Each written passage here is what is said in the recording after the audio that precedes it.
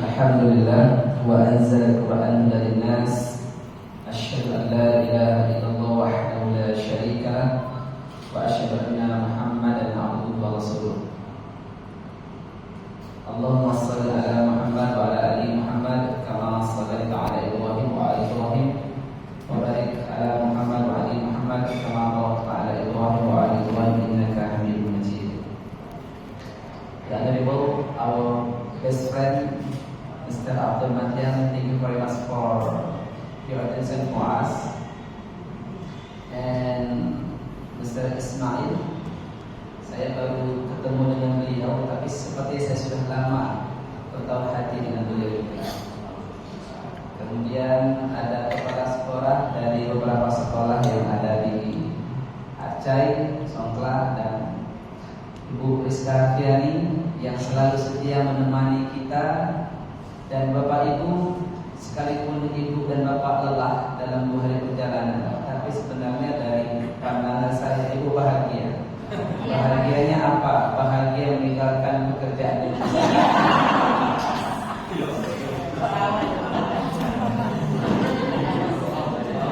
Tugas-tugas di sekolah itu untuk sementara ditutup dan diabaikan. Ini bukan karena tidak mengerjakan yang di sana, tapi sedang menikmati yang di sini. Ini kami sampaikan kepada Pak Adul bahwa ini semuanya adalah mahasiswa Magister Pendidikan Agama Islam, dan semuanya rata-rata sudah menjadi guru dan kepala sekolah. Boleh tunjuk tangan siapa yang profesi sekarang menjadi kepala sekolah? Coba tunjuk tangan. 1, 2, 3, 4, 5, 6. Ini ada sekolah-sekolah yang dia punya kerajaan, ada yang juga swasta, dan semuanya ini adalah guru-guru. Makanya kalau dilihat dari wajah-wajah mereka, sebenarnya walaupun usia mereka hampir sama dengan saya, tapi senyuman mereka itu lebih muda dia dibandingkan saya, karena saya sudah hadapi anak-anak. Nah, maka kedatangan kami di sini bagi saya secara pribadi, saya sudah hampir tiap tahun datang ke sini, karena salah satu bukti cinta itu apabila sering dikunjungi. Dan Bu Rizka Hardiani, walaupun beliau baru hari ini datang ke sini, tapi nama Pak Abdul sudah sering juga beliau sebutkan di Fakultas Agama Islam. Dan hari ini beliau datang ke sini melihat Yayasan Al-Hidayah. Inilah yayasan yang selalu membantu adik-adik kita yang di S1 KKN, ada asistensi mengajar dan ada magang.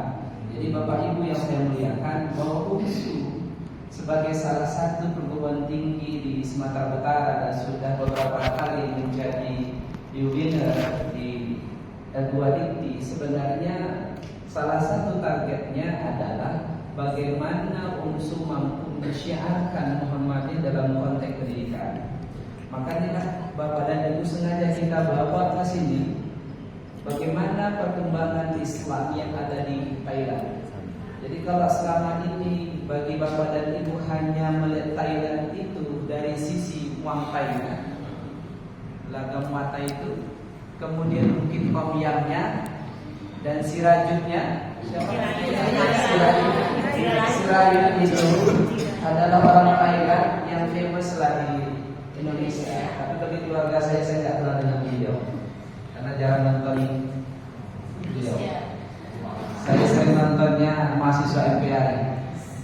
Jadi perjalanan kita ini Pak Adul, dari mulai kemarin kita sudah beberapa pertemuan yang kita buat di Malaysia sebagai bagian upaya kita untuk membina kerjasama dan pengabdian. Dan kemarin kita datang ke Tiki Orchard. Tiki Orchard ini dia levelnya tadika dan banyak memiliki cawangan ataupun cabang, ada sekitar 40 cabang di Malaysia. Dan mereka juga kerjasama dengan kita. Maka prinsip sederhana dari Magister Pendidikan Agama Islam, semakin banyak kita melihat dan melangkah, semakin banyak hati kita melihat betapa tugas kita bukan hanya di sekolah.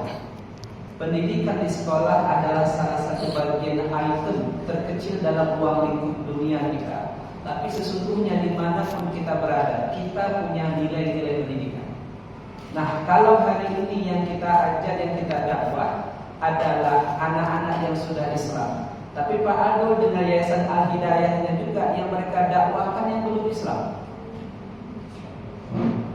Jadi kalau kita ukur perjuangan dakwah kita tanpa ada perbandingan yang lebih tinggi, maka kita merasa kita sudah banyak memperjuangkan Islam. Tapi setelah kita mendengar, menilai dan melihat, ternyata banyak saudara-saudara kita yang memperjuangkan Islam. Mungkin dananya tidak ada, perjalanan cukup tinggi, tantangannya begitu kuat, tapi mereka lebih banyak melihat dan lebih banyak memberikan akses yang luar biasa terhadap Islam. Maka disinilah kita lebih rendah hati bahwa dimanapun kita berada, kita harus mampu menjadi cahaya di saat orang lain sedang mengalami kegelapan. Kita harus bisa menjadi terang di saat orang lain sedang mengalami keredupan. Maka izin Pak Adul, andai kata nanti ada warga Myanmar ataupun warga Laos yang dia sudah mu'alaf dan dia perlu kuliah, insya Allah UNSU siap memberikan dia beasiswa. Insya Allah full scholarship. Artinya semua ditanggung. Memang sampai hari ini salah satu yang diharapkan Pak Rektor itu di samping dakwah dalam konteks Thailand, bagaimana UNSU mampu juga bersinergi dengan Yayasan Hidayah membantu teman-teman kita, adik-adik kita yang berada di Myanmar ataupun di Laos yang dia beragama Islam yang perlu sentuhan keislaman, perlu sentuhan pendidikan, maka UNSU menjadi salah satu pilar untuk membantu hal itu. Dan sekarang sedang terjadi proses penerimaan mahasiswa baru. Bila nanti memang beberapa orang dari Laos dan Myanmar tidak pun dia masuk di Fakultas Agama Islam, mungkin ada yang masuk di FK, mungkin ada yang masuk di FISIP, bagian sosial, pendidikan dan politik, ada bagian pendidikan dan bahasa Inggris. Maka insya Allah kami mencoba mewasilahkan perasaan dari teman-teman yang ada di Laos dan di Myanmar itu untuk mereka bisa masuk ke tempat kita. Dan tahun ini sudah ada mahasiswa dari Yaman. Di sini juga ada orang Yaman. Wajahnya saja, tapi sebenarnya dari Tabarani.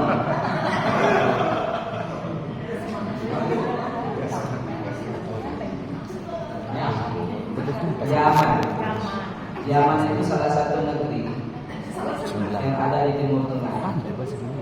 Nah, Yaman ini ngambil jurusan tidak di Fakultas Agama Islam. Mereka ngambil jurusan Fakultas Ilmu Teknologi dan Komputer, teknologi.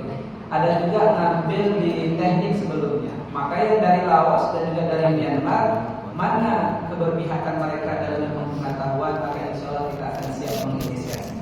Ini janji kita dari UNSU. Bila nanti ada, insya Allah saya akan langsung komunikasi bagian kedua. Dan kalau ini bisa diwasilahkan melalui Yayasan Al-Hidayah, sangat menarik sekali.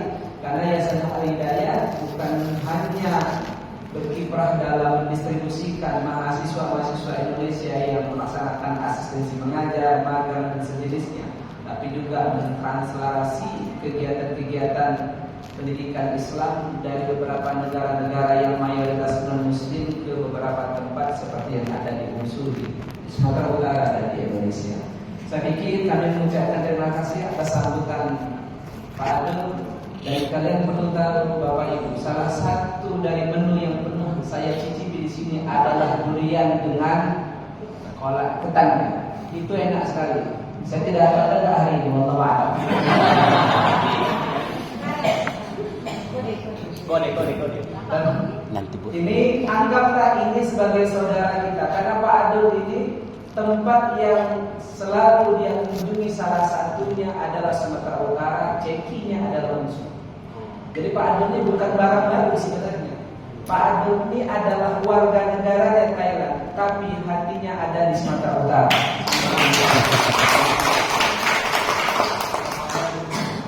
Dan kepada Bapak Kepala Sekolah, kami juga dengan senang hati bila nanti ada berkunjung ke Fakultas Agama Islam, ada salah satu bagian yang sangat menarik di UNSU itu, dan itu menjadi salah satu pilar kebanggaan kita di UNSU, Observatorium Ilmu Falak.